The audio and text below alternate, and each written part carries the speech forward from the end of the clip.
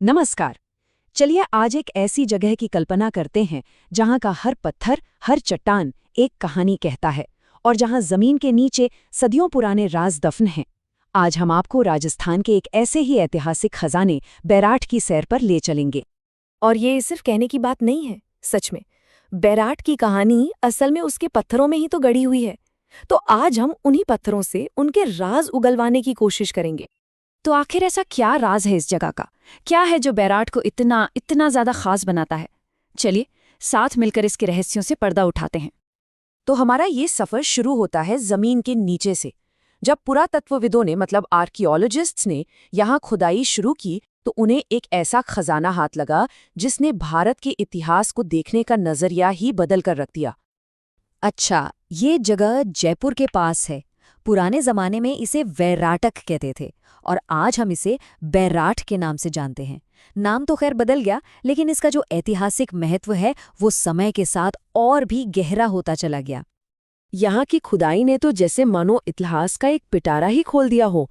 सम्राट अशोक के लिखे हुए शिलालेख, बौद्ध मठ, स्तूप और भिक्षुओं के रहने के लिए कमरे। सोचिए, जब ये सब कुछ एक ही जगह पर मिलता है तो ये बात एकदम साफ हो जाती है कि ये कोई मामूली कस्बा नहीं था, बल्कि अपने समय का एक बहुत बड़ा और जरूरी सेंटर रहा होगा।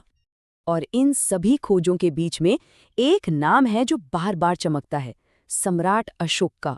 अब देखिए, जब भारत के इतिहास के सबसे महान सम्राटों में से एक का नाम किसी जगह से जुड़ जाए तो फिर खुद ही अंदाजा लगा लीजिए कि वो जगह कितनी खास रही होगी। देखिए, सम्राट अशोक चाहते थे कि उनका धम्म का संदेश, यानी अहिंसा, सेवा और दया का संदेश देश के कोने कोने तक पहुंचे। और इसके लिए उन्होंने बैराठ जैसी अहम जगहों को चुना ताकि उनके विचार पत्थर की लकीर बन जाएं और सदियों तक लोगों तक पहुंचते रहें। जरा सोच कर देखिए, उस दौर में जब कोई सोशल मीडिया नहीं था, तब एक राजा अपना मैसेज सब तक कैसे पहुंचाता होगा? इन्हीं शिलालेखों से। तो कह सकते हैं कि ये पत्थर उस जमाने के पब्लिक स्टेटस अपडेट थे, जो राजा की तरफ से हर किसी के लिए थे। लेकिन बैराठ की कहानी सिर्फ शाही फरमानों तक ही नहीं है। इसका एक और बड़ा पहलू भी था, और वो था इसका आध्यात्मिक मन। ये ज्ञान और ध्यान का एक बहुत बड़ा केंद्र था। यहाँ जो मठ और स्तूपों के अवशेष मिले हैं ना, वो ये बताते हैं कि ये जगह बौद्ध धर्म की शिक्षाओं से गूंजती रहती थी। मतलब एक वाइब्रेंट सेंटर था जहाँ भिक्षु रहते थे और शांति और ज्ञान की तलाश में लोग दूर दूर से आते थे।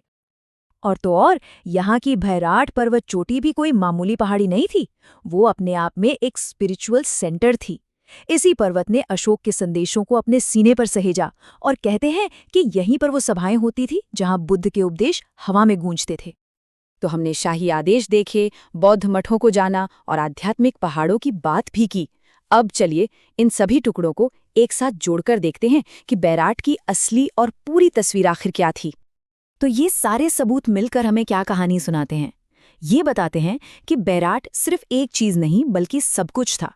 ये मौर्य शासन का एक एडमिनिस्ट्रेटिव सेंटर था, एक बड़ा धार्मिक केंद्र था, एक ऐसा बाजार था जहां व्यापार खूब फल फूल रहा था, और कला का भी एक बड़ा संगम था। शॉर्ट में कहें तो ये अपने समय की एक मेगा सिटी थी। और आखिर में ये एक लाइन इस पूरी कहानी का निचोड़ बता देती है। बैराठ सिर्फ एक ऐतिहासिक जगह नहीं है, ये राजस्थान के इतिहास का वो धड़कता हुआ दिल है जो आज भी हमें उस शानदार अतीत की कहानी सुनाता है।